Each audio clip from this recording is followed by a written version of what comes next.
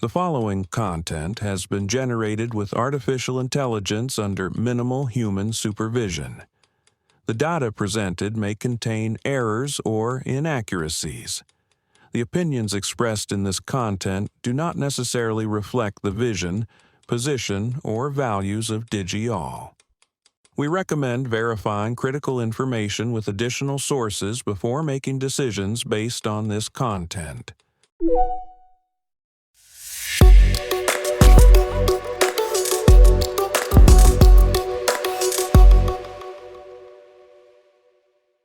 Welcome to DigiAll Tech News. Today is December 6th, 2025. I'm Kylie Brooks, and this is where technology becomes clear and engaging. And wow, do we have some stories to unpack today? We're talking about AI research running wild, virtual influencers threatening real creators, the music industry fighting back, some pretty scary cyber threats, and a financial revolution that Wall Street can't ignore. Let's dive in. AI research is drowning in what experts are calling slop. Low-quality papers flooding major conferences at an unprecedented rate.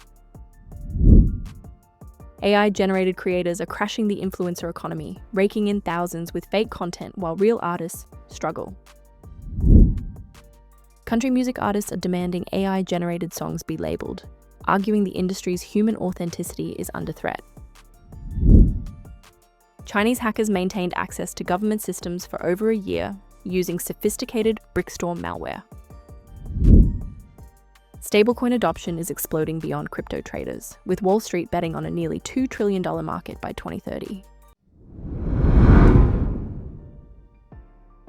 Okay, let's start with this AI research situation because it's actually pretty wild.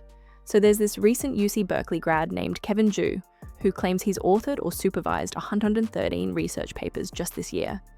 Think about that for a second. That's more than 2 papers every single week.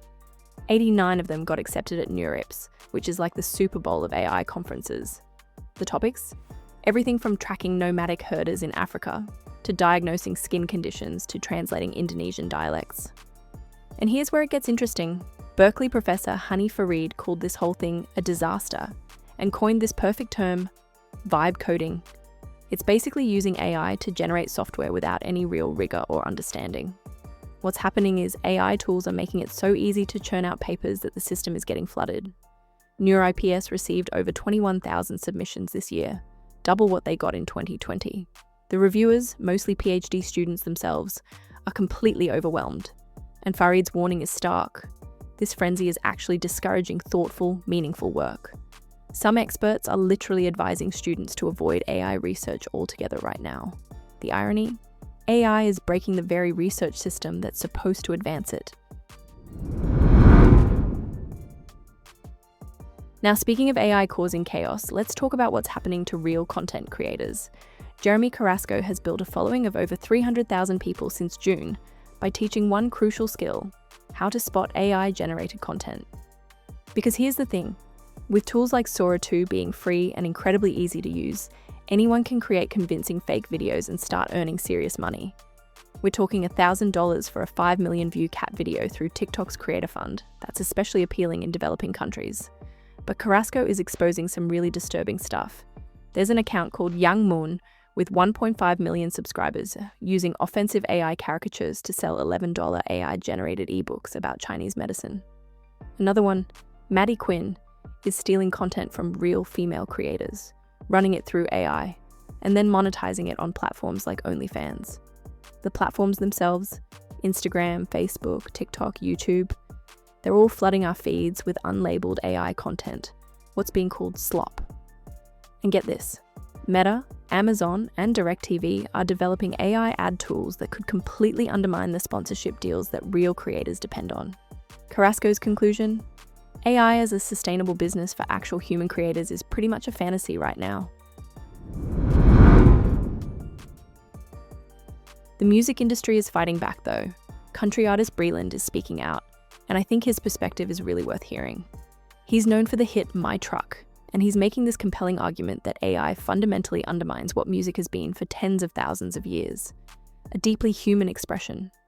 In Nashville especially, where the whole ethos is 3 chords and the truth, the idea of AI-generated country songs feels almost offensive. In a recent podcast interview, Breland said something really direct. People should know whether what they're listening to is a human voice or not. You should be required to say that. But here's what I find really interesting. He's not calling for an outright ban. Instead, he's proposing that AI-generated songs should be clearly labeled. And here's the kicker. All the revenue from AI music should go into grants and scholarships for emerging human artists. His reasoning? You're going to make money off of something that you didn't do. That money should be sprinkled to actual people. He also brings up the environmental cost of AI, saying we're tearing the planet apart for something that could be justified for global crises, but not for automating human creativity. It's a pretty thoughtful approach to a really complicated problem. All right, switching gears to cybersecurity, and this one's genuinely concerning. US and Canadian cybersecurity agencies just confirmed that Chinese state-sponsored hackers have been using malware called Brickstorm to infiltrate government and tech organizations. They targeted systems running VMware vSphere, which is a major cloud computing platform. What makes this really scary is the timeline. They maintained long-term persistent access to at least one victim's internal network, potentially starting as early as April 2024 and lasting until at least September of this year. That's over a year of undetected access. What were they doing? Stealing credentials, manipulating sensitive files, and creating hidden virtual machines that gave them control without anyone noticing. The report, which was a collaboration between Canadian, US, and NSA agencies, analyzed 8 samples of Brickstorm malware. We don't know exactly how many organizations were targeted or compromised, but Google's threat intelligence group had already warned about this back in September, urging organizations to seriously reevaluate their security models.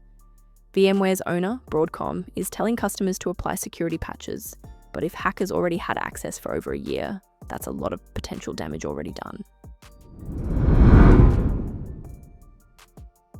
And finally, let's end on something that's actually pretty exciting from a financial innovation standpoint: stablecoins. Joe Lau from Alchemy describes what's happening as exploding growth. Stablecoins, for those who aren't familiar, are digital currencies tied to stable assets like the US dollar. Think Tether's USDT or Circle's USDC. But here's what's changed. They're moving way beyond just crypto exchanges. We're now seeing them used for payments, payroll, and treasury management. Why? Because they offer what Joe calls banking safety at internet speed with 24/7 settlement. The numbers are pretty staggering. The market cap hit $300 billion in September, up 75%, according to Morgan Stanley. But that might just be the beginning. Citi is forecasting a base case of $1.9 trillion by 2030, with a bull case of $4 trillion. Wall Street is all in. Banks and fintechs like Stripe are integrating stablecoins for efficiency. Some banks are even developing what they call tokenized deposits, basically their own regulated versions. JP Morgan has JPM Coin for institutional clients. HSBC is doing something similar. There's still the challenge that stablecoins require one-to-one backing, while banks use fractional reserves. But Lau sees these as complementary systems that will eventually converge. The big picture? We're watching the dollar get modernized for instant, global, internet-native access. This could fundamentally transform how money moves around the world. So there you have it. AI is simultaneously revolutionizing and disrupting research, content creation, and music, while cybersecurity threats are getting more sophisticated and our financial infrastructure is being rebuilt in real time. These aren't isolated stories. They're all part of this massive technological transformation we're living through. We'll keep following these developments as they unfold. Thank you for staying informed with Digital Tech News.